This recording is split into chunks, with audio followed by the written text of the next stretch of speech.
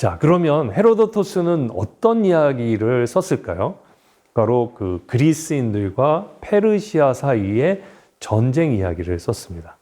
자, 페르시아는 지금의 이란이라는 나라의 동남부에 있는 작은 나라였습니다. 그런데 점점점 그 나라가 세력을 확장해 나가면서 이란 전역, 그리고 지금의 튀르키예, 이라크 이런 지역들을 다 정복하게 되죠. 그러면서 남쪽으로는 또 아프리카 대륙에 있는 이집트까지도 정복을 하게 됩니다.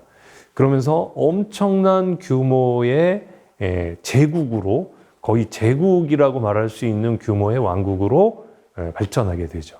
그리고 그 다음 타겟이 어디였냐? 바로 그리스였습니다. 바다를 넘어서 세력을 확장하게 되면 바로 그리스를 만나게 되는 거죠.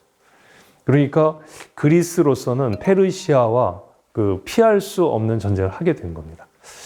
페르시아가 1차적으로 침입을 한 것은 기원전 492년이라고 합니다. 지금 지도에서 보시는 대로 오렌지색으로 표시된 곳이 바로 페르시아 땅이라고 할 수 있습니다. 페르시아가 에게해를 넘어서 그리스를 침략하는 전쟁, 이것이 바로 페르시아의 전쟁이라고 할 수 있는데, 그 첫 번째 침략이 기원전 492년에 이루어졌습니다. 그 당시의 왕은 다레이오스 왕이었는데, 다레이오스 왕이 이 마르도니우스에게 그 군대를 맡기고 측정권을 맡기고 그리스를 정복하라고 하죠. 그래서 지금 보시면 해안선을 따라서 이렇게 그리스 땅으로 가게 됩니다. 근데 어느 순간 이렇게 다시 꼬부라져 오는 게 보이시죠? 두 가지를 말씀드려야겠는데, 이 당시에 그리스를 침략하려면 바로 이렇게 직진해서 넘어가면 안 되나? 이런 생각을 하실 수도 있는데, 그 당시 항해술로는 저 큰 바다를 직접 가로질러 가는 건 굉장히 위험했었습니다. 폭풍에 휩싸여서 침몰할 가능성이 있었기 때문에 가장 안전한 그 항해술은 해안선을 따라가는 거였습니다. 해안선을 따라가다가 좀 폭풍이 심하면 빨리 육지로 다가갈 수 있게끔 그런 항해술을 썼었죠. 그래서 첫 번째 이 침략 때에도 페르시아 군은, 일단 해군은 이 해안선을 따라서 북쪽으로 올라가서 남쪽으로 내려올 계획이었는데, 바로 이 지점에서 큰 폭풍을 만나가지고 함선들이 대거 침몰하게 됩니다. 하지만 다레이오스 왕은 이 실패로만 생각하지 않았습니다. 왜냐? 당시 그리스는 통일된 국가를 갖고 있지 않았었거든요. 작은 도시 국가, 하나의 도시가 국가처럼 행세하는 폴리스 체제였습니다. 그런데 이쪽에서 넘어왔던 페르시아군은 거대한 제국을 하나 형성하고 있었기 때문에 이 전투 병력이 어마어마했습니다. 이때 수십만의 병력이 넘어왔다고 합니다. 그러니까 그걸 본 그리스의 도시 국가들은 싸울 생각을 안 하고 전부 항복하고 성문을 열어줬다고 그러죠. 그러니까 이런 폭풍을 만나서 후퇴를 하긴 했지만 그리스인들에게 충분히 위용을 보여줬다. 페르시아 제국의 위세를 보여줬다고 생각을 하고 넘어가면서 다시 사절들을 보내게 됩니다. 사절들 보내서 니네 봤지? 우리가 이렇게 센 나라야. 그러니 우리랑 싸움을 생각하지 말고 우리에게 물과 흙을 바쳐라. 이렇게 요구를 합니다. 물과 흙을 바치라는 얘기는 싸우지 않고 자기네들이 그 밑으로 들어가겠다는 것을 상징적으로 표현하는 거죠. 그래서 수많은 나라의 도시 국가들이 1차 침략이 있었던 492년 다음해인 491년에 수많은 나라들이 이 다리우스가 보낸 사신들 앞에서 물과 흙을 바쳤습니다. 하지만 두 개의 나라가 이를 거부했었죠. 첫 번째 나라는 바로 스파르타였습니다. 스파르타는 굉장히 군사적인 자존심이 있었기 때문에 페르시아의 이런 협박, 압력에 굴하지 않고 사절들을 우물에 빠뜨려 버렸다고 합니다. 그리고 아테네인들도 사절들을 사형시켰다고 그러죠. 그러니까 다레이오스 왕이 화가 났습니다. 그래서 이렇게 얘기를 합니다. 1차 침략 때 함선을 잘못 이끌었다가 전부 큰 규모의 난파를 당하게 했던 마르도니우스를 원정에서 뺍니다. 그리고 메디아 출신의 다티스랑 자기의 조카인 아리타프레네스한테 군대를 맡기고 너희들이 한번 가봐라. 그러면서 요번에는 그렇게 해안선으로 멀리 돌지 말고 이 섬들을 징검다리 삼아서 직접 그리스로 한번 가봐라. 이렇게 얘기를 합니다. 그 경로를 보면 이렇습니다. 두 번째 침략은 바로 이쪽에서 아르타프레네스와 다티스가 함선을 이끌고 바로 출항하게 되죠. 그래서 처음에 그 페르시아 제국에 가까이 있는 사모스 섬이라는 곳을 일단 정복을 합니다.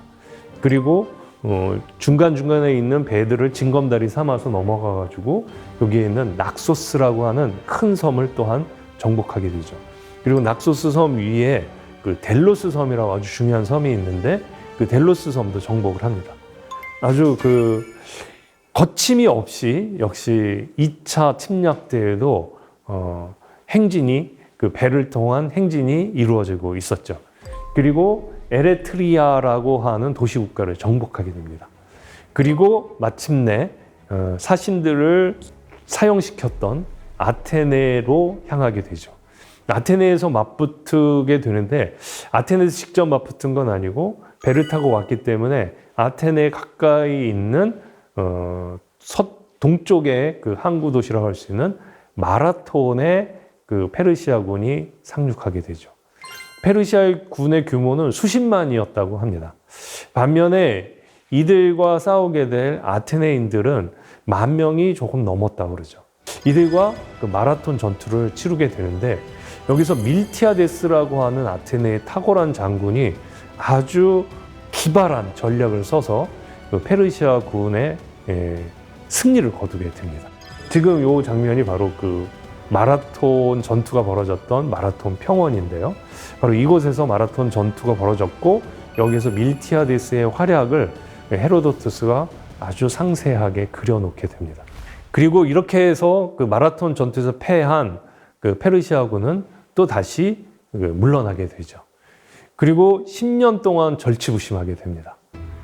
그 사이에 이 1차, 2차 침략을 주도했던 다레이오스 왕은 세상을 떠나게 되죠. 그리고 그의 아들 크세르크세스가 아버지의 원수를 갚겠다라고 하면서 기원전 480년에 페르시아를 다시 침략하게 됩니다. 300이라는 영화가 있었습니다. 300이라는 영화는 바로 이 장면을, 이 역사적 현장을 배경으로 했던 영화입니다. 거기에서 나는 관대하다 이런 대사로 유명했던 이 왕이 바로 크세르크세스 왕, 다레이오스 왕의 아들이었죠. 이 크세르크세스가 요번에는 다레이오스 왕은 그냥 군대를 파견했을 뿐인데 크세르크세스는 자기가 직접 군대를 이끌고 그리스를 정복하기 위해 넘어오게 됩니다. 이때 많게는 100만이 넘는 군대를 이끌고 왔다라고 얘기를 하기도 합니다. 그런데 그게 이제 사실인지 아닌지 이건 정확하지 않은데 헤로도토스의 기록에 따르면 거의 100만에 가깝습니다. 이 크세르크세스는 여기 사르디스라고 하는 그 페르시아 제국의 그 서쪽 중심지로부터 육군을 파견하게 되죠. 거의 모든 도시국가들이 다 항복을 하면서 문을 열어줬습니다. 대신 여기에 맞서 싸우겠다고 결의를 했던 나라는 아까 잠깐 소개해드렸던 아테네와 스파르타 그리고 한 30여 개 도시국가만 페르시아와의 대항전에 나섰다고 합니다. 스파르타의 왕이었던 레오니다스는 자신의 정예 군대 300명을 이끌고 테르모필라이라는 곳에서 이 페르시아군과 맞서 싸우게 되죠. 이 테르모필라이라는 곳은 지금으로 보면 이렇게 되어 있는데요. 이게 지형이 많이 변해서 그렇습니다. 레오니다스의 전략은 뭐였냐면 적은 수로 많은 적과 싸울 때는 넓은 평원에서는 싸우면 불리하다고 생각한 거죠. 그래서 가장 좁은 곳으로 적이 올 것을 예상해서 그곳을 막았던 것입니다. 바로 그곳이 테르모필라이인데요.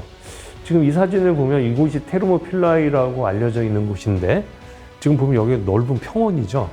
근데 사실 지금은 이렇고 옛날에는 이 사진에서 보시면 아시겠지만 지금 요게 지금의 해안선입니다. 페르시아가 쳐들어왔던 그 3차 침략을 했던 480년의 해안선은 이렇게 그려져 있습니다. 그러니까 이 지역에서 지금 테르모필라이 전투가 벌어졌던 곳은 이곳인데, 이곳은 한쪽으로는 지금 산에서 보시는 것처럼 산이 있었고, 또 그 다른 한쪽으로는 바다가 그 가까이 있었습니다. 그래서 그 폭이 10m가 되지 않았다고 그러는 것 같아요. 여기에서 지키면은 된다고 생각을 해서 그 레오니다스의 스파르타군 정예군 300명이 여기에서 막아서 싸웠던 거죠. 이 전투는 그 수적인 싸움에 의해서 결정되는 게 아니라 각각의 전사가 얼마나 강력한 전투력을 가졌냐에 좌우됐겠죠. 결국 여기서 스파르타가 기적적으로 그 페르시아 군대를 막아냅니다. 그래서 크세르크세스도 굉장히 당황했었죠. 지금 이런 모습으로 싸웠던 겁니다. 그러니까 아무리 수가 많아도 좁은 그 협로에서 싸우게 되면은 그 각각의 1대1 싸움만 되는 거죠. 그러니까 전사들이 얼마나 뛰어나냐만 가지고 판가름이 나는데, 스파르타군이 워낙 강하니까 여기를 상당 부분 그 막아냈던 겁니다. 이렇게 됐다 그러면 아마 페르시아가 그리스 남쪽까지 내려오지 못했을 겁니다. 근데 배신자가 생기죠. 스파르타 그리고 그리스 연합군 중에 한 배신자가 이 크세르크세스를 찾아가서 나에게 돈과 명예를 준다면, 권력을 준다면 당신들이 이길 수 있는 길을 알려주겠다. 그래서 길을 알려주게 되는데, 그건 어떤 길이었냐면 산 위로 가는 길이 있었던 겁니다. 그래서 결국은 이쪽으로 넘어온 그 페르시아 군대가 여기서 막고 있던, 협로에서 막고 있던 그 스파르타와 다른 연합군들을 앞뒤로 이렇게 압박을 하면서 결국 레오니다스를 비롯한 300명의 전사들이 모두 죽게 되죠. 이 테르모필라의 전투의 현장에는 그때 그 스파르타를 이끌었던 레오니다스의 상이 이렇게 서 있습니다. 여기에는 뒤엔 뭐라고 써 있냐? 몰론 라베 이렇게 써 있는데, 크세르크세스가 그렇게 얘기를 했죠. 야, 우리한테 감히 덤비지 말고 흙과 물을 가져와라. 그러니까 이 사람이 딱 두 글자로 대답을 했대요. 몰론 라베. 번역하면 이렇습니다. 네가 와서 가져가. 그렇게 이제 버텼던 거죠. 지금 이 장면도 그 사진으로 보는 것과 현장에 가서 이 모습을 보는 게 많이 다릅니다. 그때의 기상, 그리고 이곳에서 페르시아군과 목숨을 바쳐서 싸웠을 스파르타 군들의 함성이 들리는 것 같아서 가슴이 막 뛰죠. 자, 어쨌든 여기 테르모필라이에서 페르시아는 이제 뚫리게 됩니다. 그래서 페르시아는 남쪽으로 내려오게 되는데, 1차 때도 그랬듯이 육군은 이쪽으로 왔지만 이 육군을 지원하면서 같이 왔던 해군도 있었습니다. 해군은 요 포카이아라는 곳에서 출발을 했었는데요. 둘이 이렇게 같이 평행선으로 가죠. 그 이유는, 이 평행선으로 가는 이유는 육군에게 계속 보급품을 대줘야 되기 때문이었습니다. 이쪽에 있던 그리스의 도시 국가들은 땅에서는 100만이 넘는 그 적군들을 보고, 또 바다에는 1000대가 넘는 함선들의 행렬을 보면서 아마 벌벌 떨면서 문을 열어주고 항복을 했던 거라고 볼 수 있죠. 이 페르시아의 침략에 맞서서 저항하겠다고 나섰던 스파르타와 아테네가 있었다고 그랬죠. 바로 스파르타는 육군이 강했기 때문에 이 테르모필라이에서 그 페르시아군을 맞이했습니다. 반면에 해군이 강했던 아테네군은 이 배가 어디로 올지를 항로를 예측해서 이 아르테미시움이라고 하는 곳에서 기다리고 있었습니다. 근데 소식이 전해졌죠.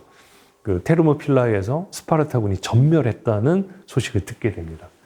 이때 이곳을 지휘하던 장군은 아테네의 테미스토클레스 장군이었는데, 테미스토클레스가 고민에 빠진 거죠. 여기서 나도 장렬하게 전사할 때까지 싸울 것인가? 아니면 지금은 잠깐 전략상 후퇴를 하면서 후위를 도모할 것인가?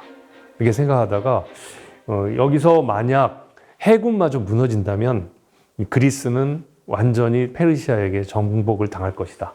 이렇게 생각을 해서 결국은 물러나게 됩니다. 결국 수륙 양면에서 그리스의 연합군이 무너지는 형세가 됐죠.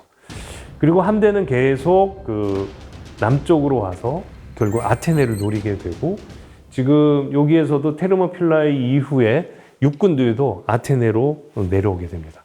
이때 테미스토클레스는 육군으로 싸워서는 승산이 없다 생각을 해서 아테네 시민들을 전부 그 아테네의 그 앞바다에 있는 살라미스라는 섬으로 이주를 시킵니다. 도피를 시키는 거죠. 그리고 여기서 이제 맞붙게 되는데, 이 전투가 바로 살라미스 해전입니다. 이 살라미스라는 곳에서도 테미스토클레스는 그 마치 레오니다스와 스파르타 군이 좁은 곳에서 많은 그 페르시아군을 맞이했던 것처럼 똑같은 전략을 세웁니다. 지금 이곳이 바로 그 살라미스 성과 아테네가 인접해 있는 그런 해안인데요. 요 사이가 굉장히 좁죠. 만약 넓은 바다에서 싸운다 그러면 수적으로 압도적인 페르시아 군과 그리스 연합군은 전쟁이 되지 않았을 겁니다. 상대가 되지 않는 거죠. 그러니까 이 테미스토클레스는 그 페르시아 함대를 이쪽 좁은 곳으로 유인을 해가지고 좁은 곳에서 싸우게 되면 많이 못 들어오죠. 나머지 그 함선은 이 뒤에서 기다리고 있을 뿐입니다. 여기에 들어온 것들을 들어오는 족족 파괴시키고, 여기에서 싸움은 결국은 수싸움이 아니라 누가 더 강력한가의 싸움이었죠. 그리고 그 와중에 또 뒤에서 밀려오는 배들이 서로 뒤엉키면서 난파하는 일이 벌어졌습니다. 이렇게 해서 살라미스 해전은 그 테르모필라의 전투에서 똑같은 전략을 세워서 다수의 페르시아군을 괴멸시키게 되죠. 여기서 크세르크세스도 결국 손을 들고 항복하고, 항복이나 마찬가지죠. 그리고 군대를 철수해서 페르시아로 돌아가게 되죠. 하지만 전체 다가 한 건 아니었습니다. 자, 이 장면도 이 페르시아 군을 어떤 식으로 유인해서 싸웠는지 하는 것을 지도로 보여주는 겁니다. 이때 그 아테네 군대에는 3단 노선이 있었다고 합니다. 그러니까 노가 3단으로 되어 있어서 상당히 민첩하게 바다를 갈라 다닐 수 있었고, 앞에는 이 충격을 가할 수 있는 강한 그런 청동 그 부리가 있었다고 합니다. 그래서 페르시아의 함선들을 모두 침몰시켰다는 거죠. 자, 이렇게 해서 그 결국은 크세르크세스는 대군을 철수시킬 수밖에 없었습니다. 하지만 훗날을 도모하기 위해서 일부의 군대를 해군과 육군을 일부 병력을 남겨놨었는데, 그 이듬해인 기원전 479년에 플라타이아 전투와 미켈레 전투에서 각각 플라타이아는 육군들이 싸우는 전투였고요, 미칼레 전투는 그 해군들이 싸우는 전투였는데, 바로 요것이 플라타이아, 요것이 미칼레입니다. 요 두 곳에서 각각 그리스 연합군이 페르시아의 육군과 잔류해 있던 육군과 잔류해 있던 해군을 전부 그 괴멸시킴으로써 완전한 승리를 거두게 되죠. 이로써 페르시아는 더 이상 그리스를 침략할 마음을 당분간 갖지 못하게 되고, 그리스는 이 위기를 극복하면서 그야말로 그 지중해 세계, 에게의 문명권의 강대국으로 떠오르게 됩니다. 바로 이 장면을 헤로도토스가 기록했던 겁니다. 헤로도토스의 역사는 모두 9권으로 구성되어 있는데, 이 모든 이야기들이 특히 이 페르시아의 3번에 걸친 침략, 그리고 그 속에서 벌어졌던 다양한 전투들을 기록하고 있습니다.